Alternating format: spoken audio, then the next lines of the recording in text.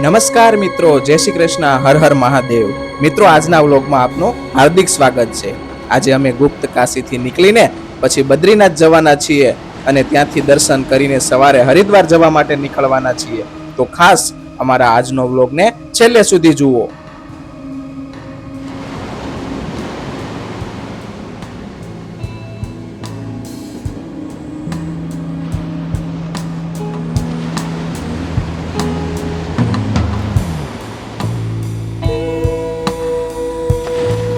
સવારના વાગ્યા હતા 5:15 અને અમે રુદ્રપ્રયાગથી 12 કિલોમીટર દૂર હતા. તો મિત્રો જુઓ અહીંના પહાડો, રસ્તાઓ અને કુદરતનો નજારો.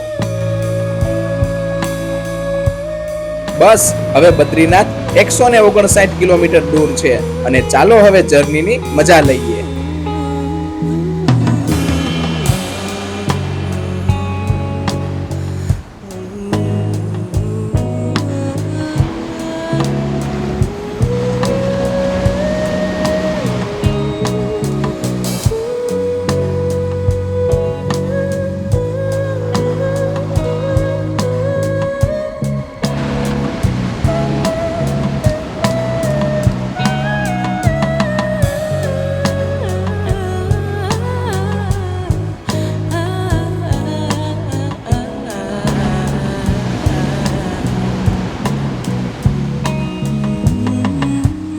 આજ સુધી તો આવા દ્રશ્યો ચોપડીમાં અને ફોનમાં જ જોયા હતા, પણ આજે તો આવા દ્રશ્યોને આંખોથી જોવાનો લાભ મળ્યો છે.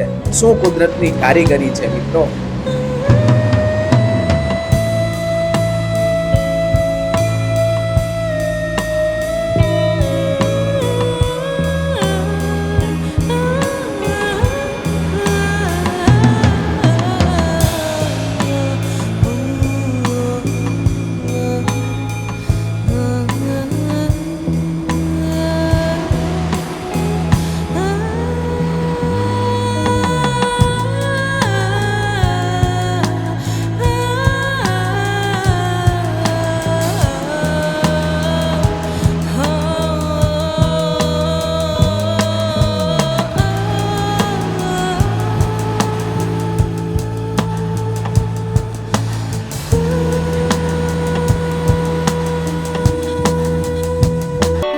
મિત્રો, આ છે નરસિંહ મંદિર, જે ઉત્તરાખંડના જોશીમઠમાં આવેલું છે.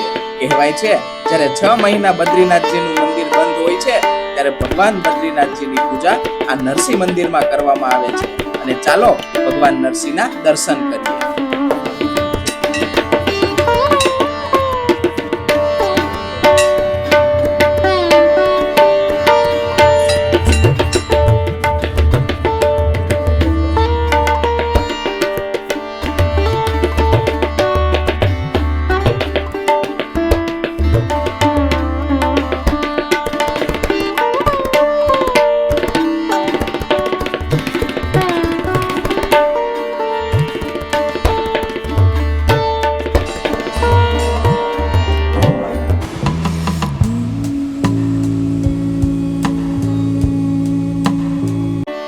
આગળ જતા રસ્તામાં હનુમાન દાદાનું મંદિર આવ્યું, તો ત્યાં પણ દર્શનનો લાભ લીધો.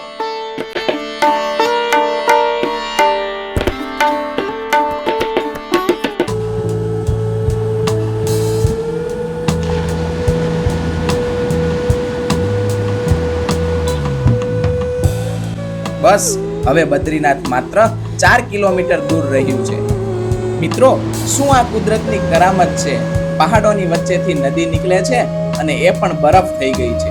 આજ સુધી તો આવા દ્રશ્યો મેં ચિત્રકલાના વિષયમાં જ્યારે ટીચર કુદરતી દ્રશ્યો દોરવાનું કહેતા ત્યારે દોરેલા હતા, પણ આજે તો રિયલમાં જોવા મળ્યા. અત્યારે અમે પહોંચી ગયા છીએ ભારતના સૌપ્રથમ ગામ માણા ગામમાં. એવું કહેવાય છે પાંડવો સ્વર્ગની યાત્રા દરમિયાન અહીંથી પસાર થયા હતા. જુઓ મિત્રો, આ માણા ગામનો કુદરતી નજારો. પહેલા માણા ગામને ભારતનું સૌથી છેલ્લું ગામ કહેવામાં આવતું, પણ ઓક્ટોબર 2022માં આપણા માનનીય વડાપ્રધાન નરેન્દ્ર મોદી માણાના પ્રવાસે આવ્યા હતા અને તેમણે કહ્યું કે માણાને તો દેશનું પહેલું ગામ કહેવું જોઈએ. બસ ત્યારથી જ આ ગામ ભારતના પ્રથમ ગામ તરીકે ઓળખાય છે.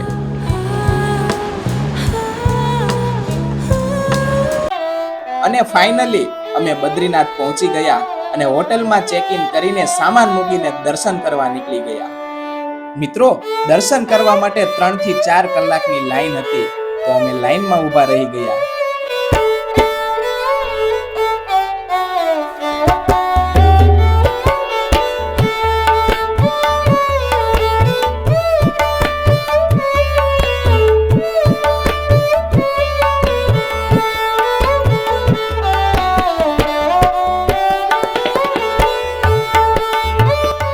અને ફાઇનલી 4 ધામમાંનું એક ધામ એટલે કે બદ્રીનાથ ધામમાં ભગવાન બદ્રીનાથજીના દર્શન કર્યા.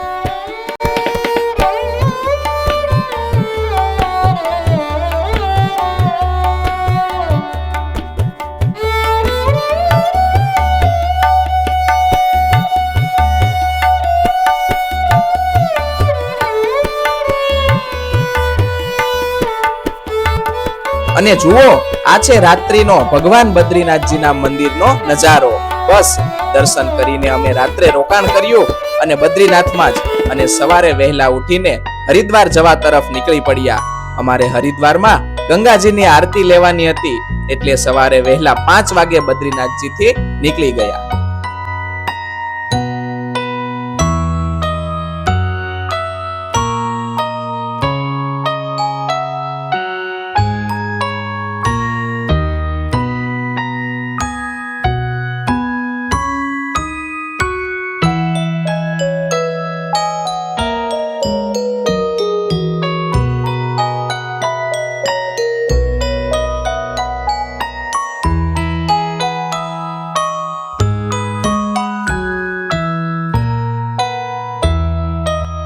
બસ મિત્રો, હરિદ્વાર પહોંચી ગયા અને હજુ આરતીને વાર હતી, તો ગંગા કિનારે બેઠા બેઠા અમે કુદરતનો આનંદ લઈ રહ્યા હતા.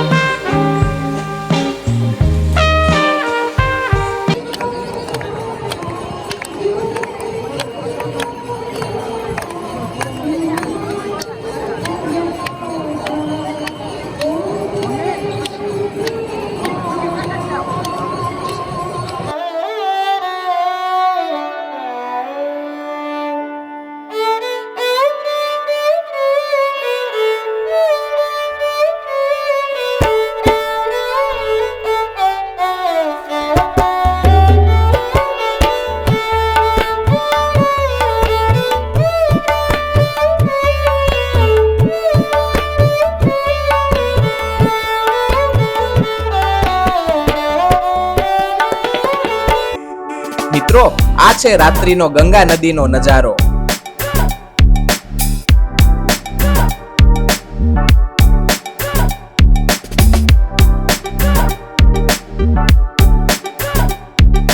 બસ અમારી યાત્રા પૂર્ણ કરીને અમે રાત્રિનો નાસ્તો કરવા બેઠા, જેમાં પફ આવી ગયા છે અને બીજા બાકી છે. નાસ્તો કરીને પછી પહોંચ્યા સ્ટેશન પર અને ટ્રેનની રાહ જોઈને બેઠા. અને ટ્રેન આવી તો તરત જ ટ્રેનમાં જઈને લોચો બનાવ્યો અને એ સમયે લોચો ખૂબ જ ભાવ્યો, કેમ કે બધા ખૂબ જ ભૂખ્યા હતા અને બહુ જ મજા આવી.